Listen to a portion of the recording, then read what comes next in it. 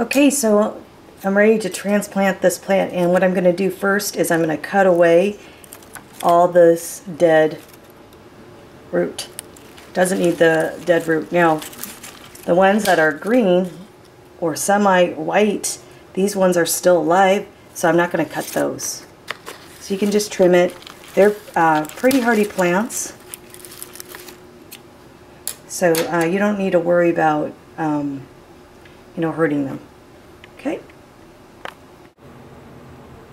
Okay, so I released that orchid from that pot, and you could see that this part down here is the dead roots, so I can trim away all this dead stuff. And you want to remove all the old potting bark, potting mix, because it's, after a while it depletes the nutrients and it's no good anymore. So you want it to have good stuff, rich with nutrients. Okay, and you don't want to cut away all the roots, right? Just the dead ones. And it'll grow new ones, so you don't have to worry.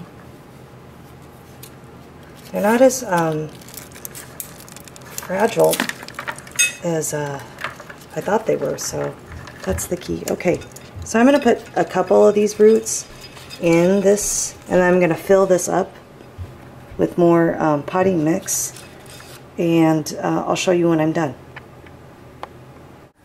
Alright, so here is the completed potted orchid, complete with faux flowers. I need something pretty to look at. This is my room after all. Okay, so here's the plants.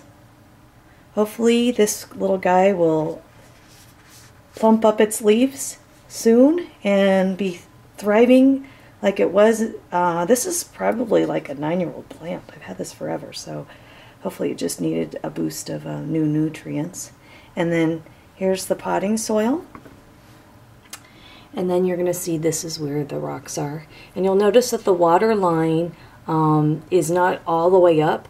Later on, I'll probably increase the water, but for now, because the potting soil was moist, I don't want to have too wet of an environment. Remember, we got to try to balance it out. So I'm going to keep my eye out on these leaves, and hopefully they'll plump up pretty soon, and they'll be thriving just in time for it to start producing little spikes, flower blossoms for me. So I hope you like this video, and that you'll, if you haven't transplanted your orchids, you'll do so that you can continue to get nice blossoms. And if you've never grown an orchid, I encourage you to go out and buy one, because like I said earlier, they give you lots of blooming time, and I just think they're so beautiful. So choose a simple one to grow. Phalaenopsis is the easiest one, and find a nice bright sunny window. All right, enjoy.